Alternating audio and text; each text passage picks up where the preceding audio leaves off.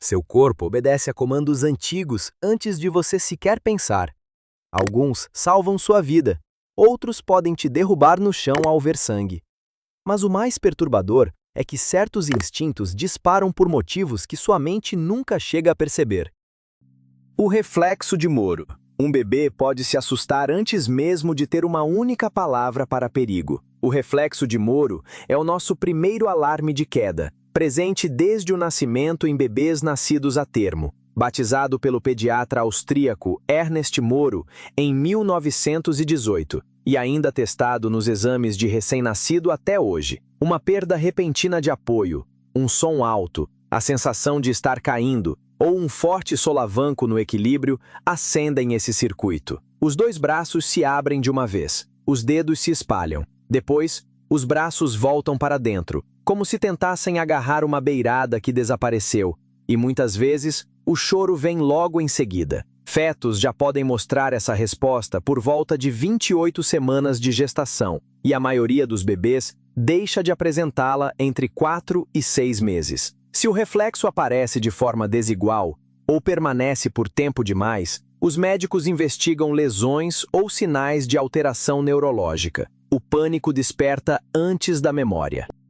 Bocejo contagioso. Depois que o medo acende o seu corpo, um circuito mais silencioso assume o controle. Alguém boceja do outro lado da sala e poucos segundos depois, o seu rosto obedece a um sinal que os seus pulmões nunca enviaram. A mandíbula abre, os olhos se estreitam e quase se fecham. No tronco cerebral, volta a rodar um padrão antigo dos vertebrados. Uma inspiração profunda. O rosto se alonga. Os olhos fecham por um instante. Depois, vem a expiração. Normalmente, tudo dura de 4 a 7 segundos, mas o gatilho pode ser social e não físico. Em uma sala quieta, você pode pegar um bocejo pelo som nos fones, por uma frase, ou só pela ideia de bocejar. Robert Provine mostrou em observações de laboratório que o bocejo se comporta como uma ação movida por estímulo. Mais tarde, Steven Platek relacionou o bocejo contagioso às redes de empatia e de processamento do eu. Enquanto vídeos eram analisados em estudos de psicologia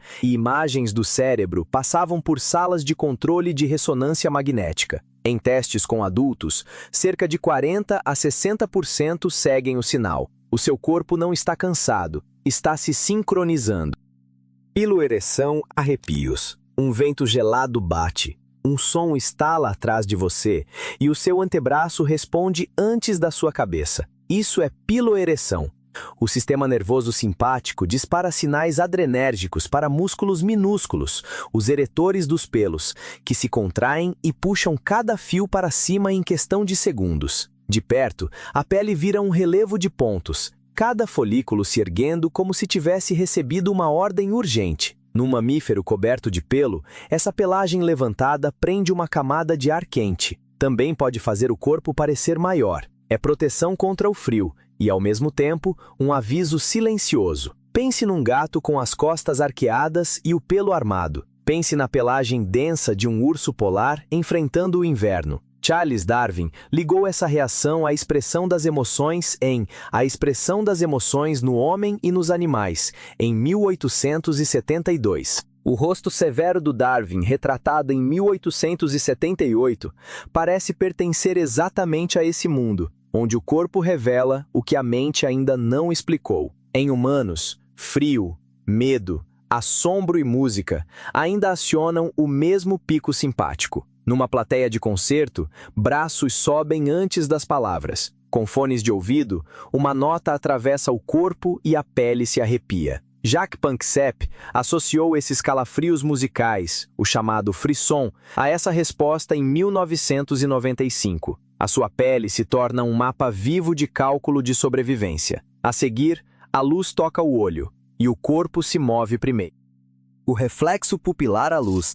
A lanterninha joga a luz do seu olho. Em cerca de 200 milissegundos, a sua pupila se fecha de repente. Esse é o reflexo fotomotor, um obturador interno contra o excesso de luz. A claridade chega à retina. O sinal segue pelo nervo óptico até o mesencéfalo no tronco cerebral. Depois, volta pelo nervo oculomotor até o músculo esfíncter da íris. Você não decide nada. O olho decide por você. Essa contração reduz a entrada de luz e ajuda a proteger os fotorreceptores quando vem um clarão intenso. Por isso, o médico aproxima a luz e observa a resposta da pupila bem de perto. Na emergência, esse pequeno círculo preto vira uma checagem rápida do cérebro. Depois de uma lesão na cabeça, depois de uma overdose, depois de uma parada cardiorrespiratória. PERL significa pupilas iguais, redondas, reativas à luz. Mas se uma pupila fica parada e muito aberta depois de uma lesão na cabeça, o alerta é sério. Pode indicar compressão do terceiro nervo por herniação transtentorial, uma abertura minúscula,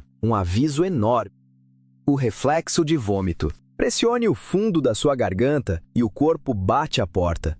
O céu da boca sobe, a faringe se fecha, a cabeça recua e você tosse, engasga ou até vomita antes que o cérebro consciente consiga opinar. No consultório, durante um exame de garganta com a boca aberta, o médico chama isso de reflexo faríngeo. Você conhece como reflexo de ânsia. O mapa de disparo fica na parte posterior da faringe, no palato mole, na região das amígdalas e na base da língua. É o último posto de controle antes que algo chegue à via aérea ou ao trato digestivo superior. Nos modelos da garganta e da via respiratória, a entrada parece simples, mas numa imagem do cérebro vista de lado, a rota é rápida e precisa. Os alarmes sensoriais seguem principalmente pelo nervo craniano 9. As ordens motoras voltam pelo nervo craniano 10. A medula, no tronco cerebral, rege o reflexo inteiro. Charles Scott Sherrington ajudou a explicar essa lógica.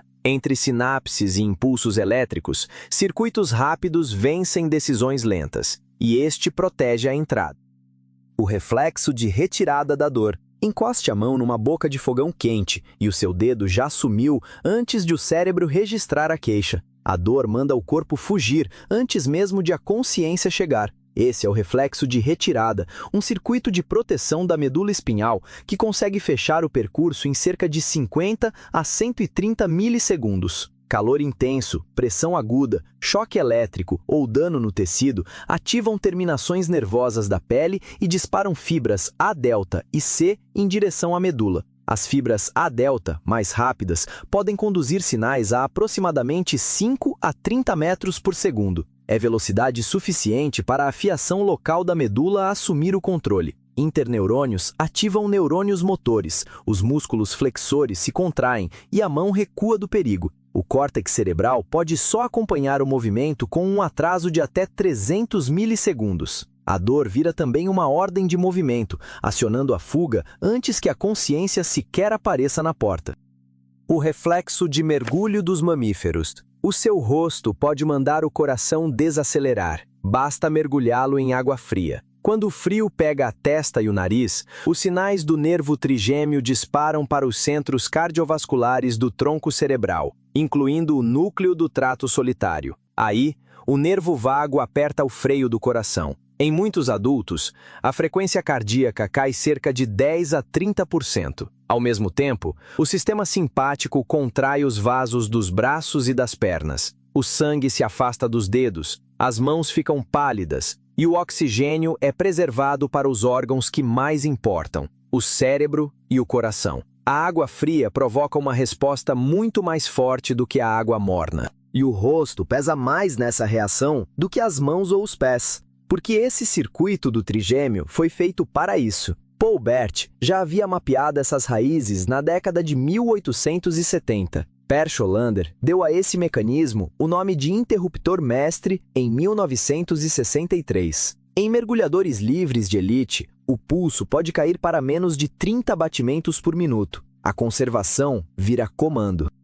Síncope vasovagal diante de sinais de sangue ou ferimentos. A sua reação mais estranha diante de uma ameaça pode te deixar pior, justo quando a ameaça é evidente. Sangue, agulhas, uma mão machucada sendo pressionada por um curativo, uma coleta no braço de um paciente ansioso. Tudo isso pode disparar a síncope vasovagal, um circuito que começa como alarme e termina como desligamento. Primeiro o sistema simpático acelera, depois o freio entra com força, o parasimpático domina. Os vasos relaxam, o coração desacelera, a pressão cai, O sangue chega com menos força ao cérebro. Ele perde a pressão necessária para manter você em pé. A pele fica pálida, o suor aparece, a visão embaça, você se apoia na parede ou trava na cadeira da clínica diante do monitor. As pernas cedem e o chão vira o plano de segurança. Em 1961, Graham,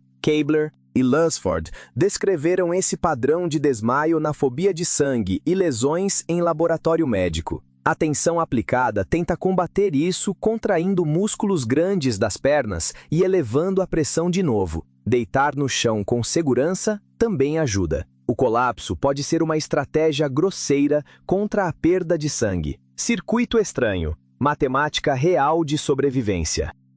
A resposta de congelamento. Quando a saída desaparece e a pessoa fica encurralada na própria sombra, o cérebro pode acionar um interruptor mais fundo. A imobilidade tônica. O sinal de susto corre pelo tronco cerebral. Em uma ressonância funcional, parece um comando tomando conta do mapa do cérebro. A substância cinzenta periaquedutal assume o controle e o complexo vagal dorsal puxa o freio de emergência. A frequência do coração pode cair cerca de 30% em menos de um segundo. O monitor ao lado da cama mostraria a queda antes mesmo de você entender o que aconteceu. A respiração trava, os olhos congelam, o corpo quase some no escuro. Isso não é rendição, é esconderijo com pulso. Nos estudos com presas, o movimento denuncia. Um cervo imóvel se mistura à mata. Um leopardo caça no capim esperando qualquer sinal. Ficar parado pode reduzir em mais da metade a chance de ser percebido por predadores de emboscada. Humanos descrevem o mesmo bloqueio em ataques e desastres. Às vezes dentro de um abrigo de emergência, às vezes parados numa porta escura, muitas vezes com dissociação por cima, aquele olhar vazio de quem parece ter saído do próprio corpo. A vergonha vem depois, vem do cérebro consciente julgando um circuito automático. Seu corpo escolheu a quietude porque a quietude podia comprar mais um segundo. Pressão do sono. E se o circuito não travar o seu corpo, mas for reduzindo, aos poucos, o seu cérebro acordado enquanto você ainda tenta usá-lo? É isso que acontece quando o corpo acumula necessidade de sono. Parte dessa pressão vem da adenosina, um subproduto do uso de energia pelas células, que vai se acumulando no cérebro enquanto você permanece desperto. Num escritório, a pessoa sem dormir pisca mais devagar, esfrega os olhos e insiste na tela. Em um laboratório do sono, pesquisadores já tentavam explicar esse peso invisível sobre o cérebro. O modelo de Alexander Borbély, de 1982, separou o controle do sono em processo S, essa pressão que sobe, e processo C, o relógio circadiano. Em 1997, Porca-Heiskanen e seus colegas mostraram que a adenosina extracelular aumentava durante períodos prolongados de vigília no prosencéfalo basal. Em bancadas de neurociência, sob microscópios e exames cerebrais em fundo escuro, a dívida do sono deixava de ser apenas sensação. Depois de 16 a 18 horas acordado, a atenção e o tempo de reação começam a falhar. As mãos demoram mais nos testes. Na estrada, à noite, um motorista exausto pode reagir tarde demais. Por volta de 24 horas sem dormir, algumas tarefas podem se parecer com um nível de álcool no sangue próximo de 0,10%. A cafeína bloqueia os receptores de adenosina por 3 a 7 horas. A xícara de café preto esconde a dívida, ela não paga a conta. E a seguir, o cérebro deixa de proteger você e passa a proteger algo menor.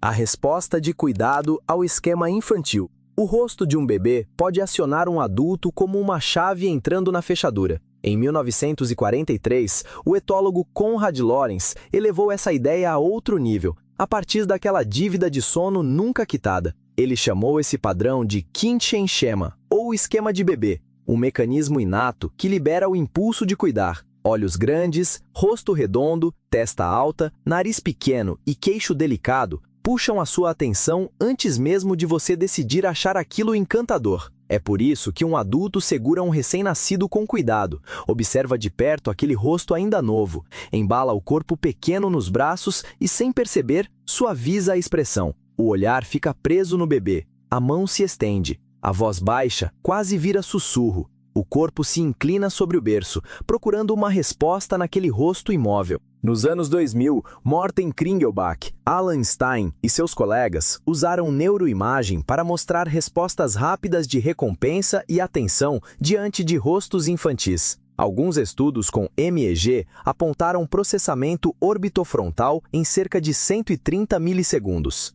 Em 2009, a equipe de Melanie Glocker intensificou esses traços, e as pessoas classificaram os rostos como mais fofos, com uma motivação maior para cuidar. A sua voz amolece, você se aproxima, e logo depois, essa mesma engrenagem começa a encontrar sentido onde talvez não exista nenhum. Pareidolia. Seus olhos batem numa janela escura, e o cérebro já começa a procurar alguém observando do outro lado. Isso é pareidolia. Você arranca sentido do ruído, principalmente rostos, porque a área fusiforme da face foi afinada para reconhecer caras depressa. Então, a torrada queimada ganha 2 olhos sombrios. Uma mancha úmida na parede vira uma figura encurvada.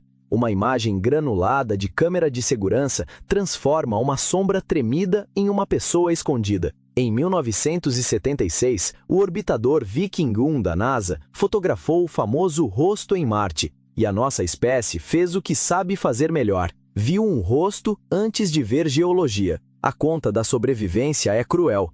Confundir um arbusto escuro com alguém à espreita custa só um instante. Deixar de perceber alguém escondido no mato pode custar muito mais. A pareidolia é o seu detector de perigo, e no escuro ela ganha dentes.